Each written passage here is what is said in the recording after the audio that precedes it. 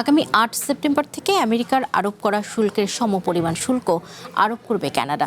জাতির উদ্দেশ্যে ভাষণে ট্রাম্পের নতুন শুল্ককে ভুল হিসাব বলে মন্তব্য করেছেন দেশটির প্রধানমন্ত্রী মার্ক কার্নি। বিশ্লেষকরা বলছেন, ট্রাম্পের সঙ্গে চুক্তিতে রাজি না হয়ে পাল্টা ব্যবস্থা নেওয়ার সিদ্ধান্ত অটোয়ার জন্য চ্যালেঞ্জ হয়ে দাঁড়িয়েছে। সেই সাথে এটি প্রধানমন্ত্রী মার্ক কার্নির জন্য অর্থনীতি ও রাজনৈতিক বড় চ্যালেঞ্জ। নগদ নিয়ে এলো হার না মানা হার অফার। সর্বনিম্ন 10,000 টাকা রেমিটেন্স নগদে পাঠালে থাকছে স্বর্ণের হার জেতার সুযোগ।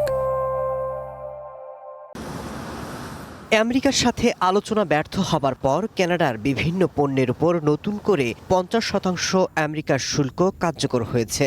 কানাডার দাবি, তাদের আঘাত এবং বিভক্ত করার উদ্দেশ্যেই নতুন এই শুল্ক আরোপের হঠকারী সিদ্ধান্ত। এমন অবস্থায় পাল্টা ব্যবস্থা নিচ্ছে অটোয়া। শুক্রবার আমেরিকার সাথে বাণিজ্য আলোচনা ভেস্তে যাবার পর জাতির উদ্দেশ্যে ভাষণ দিয়েছেন দেশটির প্রধানমন্ত্রী মার্ক কার্নি। জানান, আগামী ৮ সেপ্টেম্বর থেকে আমেরিকার আরোপ করা শুল্কের সমপরিমাণ শুল্ক তারাও আরোপ করবে, অর্থাৎ ডলার ফর ডলার ভিত্তিতে পাল্টা শুল্ক দেওয়া হবে। কার্নি জানিয়েছেন, অনিচ্ছা সত্ত্বেও দেশের স্বার্থ রক্ষায় কানাডা এই পাল্টা পদক্ষেপ নিতে বাধ্য হচ্ছে এবং আগামী দিনগুলোতে এর বিস্তারিত বিবরণ প্রকাশ করা হবে।